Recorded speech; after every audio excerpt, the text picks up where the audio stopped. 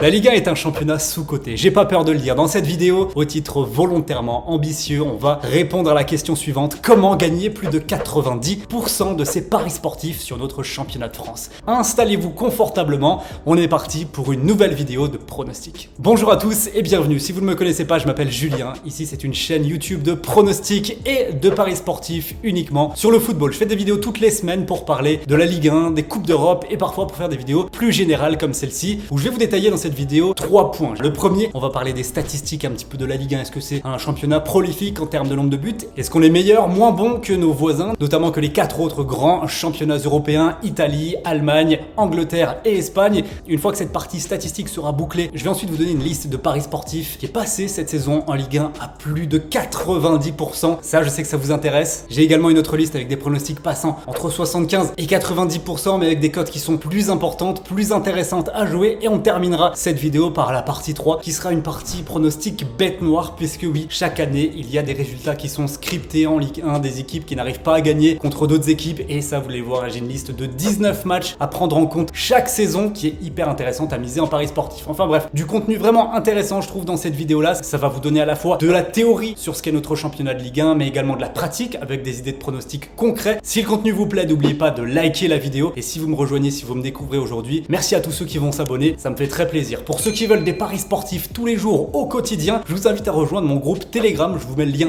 dans la description et en commentaire épinglé. Un petit clic suffit. Telegram, c'est quoi? C'est une application de messagerie dans laquelle, boum, je vous envoie des pronostics et vous recevez instantanément une notification. C'est totalement gratuit de rejoindre. Un seul petit clic suffit. Il y a d'ailleurs plus de 47 000 personnes qui suivent mes paris au quotidien. Donc vous aussi, je vous attends là-bas. Allez, on est parti pour le point 1, le point statistique. Il faut savoir que la Ligue 1, alors elle a des préjugés qui ne sont pas forcément positifs. Championnat peu spectaculaire, manque de buts, multiplex assez ennuyant, pas mal de 0-0. Des entraîneurs frileux qui n'ont pas vraiment de philosophie de jeu offensive, préfèrent l'assise défensive à la fougue offensive, mais en réalité, au niveau des statistiques, c'est quand même pas si visible que ça. Cette saison notamment, on a véritablement un championnat de Ligue 1 qui est sur la pente ascendante, qui est en pleine progression. On est à 2,67 buts par match cette saison, c'est mieux que l'Espagne notamment, mais que le Portugal également, et l'Angleterre qui est considéré comme le championnat le plus intense est devant à 2,78, mais donc vous voyez, la différence, elle est pas énorme. Alors, 10 secondes de contexte, je reprends les statistiques de la saison de Ligue 1 en cours 2021-2022. Il y a 29 matchs qui ont été écoulés sur 38, donc c'est quand même assez conséquent pour être révélateur, mais il reste encore des matchs pour pouvoir profiter des pronostics, et vous allez voir que dans ce que je vais dire également, il y a des choses qui s'étalent sur plusieurs saisons. C'est les faits qui sont véridiques, qui sont établis depuis plusieurs années maintenant. Vous allez voir pour quelles équipes. Statistique qui m'a marqué également en Ligue 1, c'est que 76% des rencontres voient plus d'un but, voient au minimum 2 buts dans la rencontre, et ça c'est une très belle stat. Et pour aller plus loin, on est à 52% de buts pour les deux équipes. C'est mieux que la Première Ligue, mieux que la Liga également, qui sont eux en dessous de 50%. Donc on voit qu'il y a vraiment de l'adversité. Alors bon, nous ne sommes pas le championnat le plus raffiné techniquement, ça c'est clair, mais je pense que cette saison on sera d'accord pour dire qu'on voit des beaux matchs, on a du suspense à quasiment tous les étages, mis à part pour le titre. Quoique, avec la fin de saison du Paris Saint-Germain, on pourrait peut-être avoir des surprises, qui sait.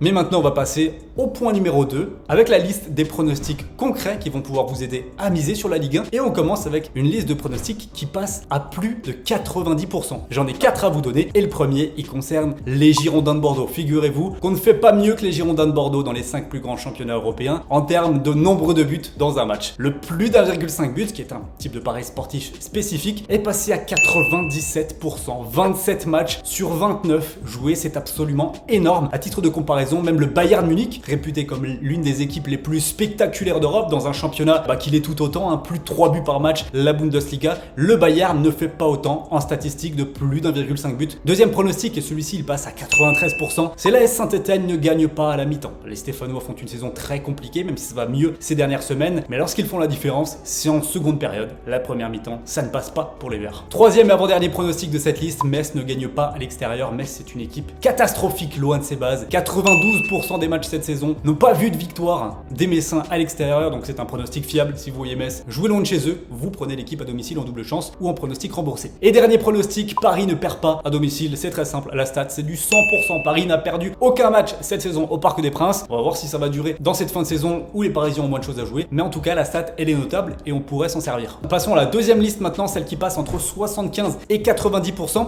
On retrouve des équipes en forme avec le Rennes ou nul à la mi-temps qui est passé dans 86% des matchs. Rennes, c'est une formation qui démarre pied au plancher ces matchs et ça se voit. La statistique elle est énorme et c'est un pronostic fiable sur lequel on peut compter même jusqu'à la fin de saison étant donné la dynamique des Rennais. Marseille au nul à la mi-temps, même chose, 86% de réussite. Marseille pareil en première mi-temps, c'est une équipe extrêmement solide. C'est un pronostic qui est fiable faible sur tout le long de la saison. Ensuite, on a deux pronostics outsiders qui sont vraiment intéressants à prendre. Nantes ou nul à la mi-temps et Reims ou nul à la mi-temps. Deux équipes qui sont pas des cadors de notre championnat, qui sont pas programmées pour aller jouer les premières places, mais pour autant tactiquement dans le déroulé des rencontres, et bien en première période, elles sont très difficiles à jouer. 79% de matchs où ils n'ont pas perdu à la mi-temps, c'est quand même une très belle statistique. Ensuite, j'ai noté le moins de 3,5 buts dans les matchs de l'OGC Nice, c'est passé à 86%, c'est énorme et en plus c'est une cote qui est intéressante à jouer, le moins de 3,5 buts. Nice, voilà, c'est le 4-4-2 très rigoureux de Galtier, ça prend pas beaucoup de buts, ça n'en met pas énormément non plus. Ensuite, on a une équipe extrêmement fiable à la maison, c'est Lille. Lille au nul à domicile, c'est 85% de réussite et ça se vérifie sur plusieurs saisons. Lille à Pierre-Mauroy, c'est une équipe qui est extrêmement difficile à battre, saison après saison, ça se vérifie, c'est une valeur extrêmement sûre de notre championnat. Rennes gagne à domicile, tenez-vous bien, la stat est magnifique, hein,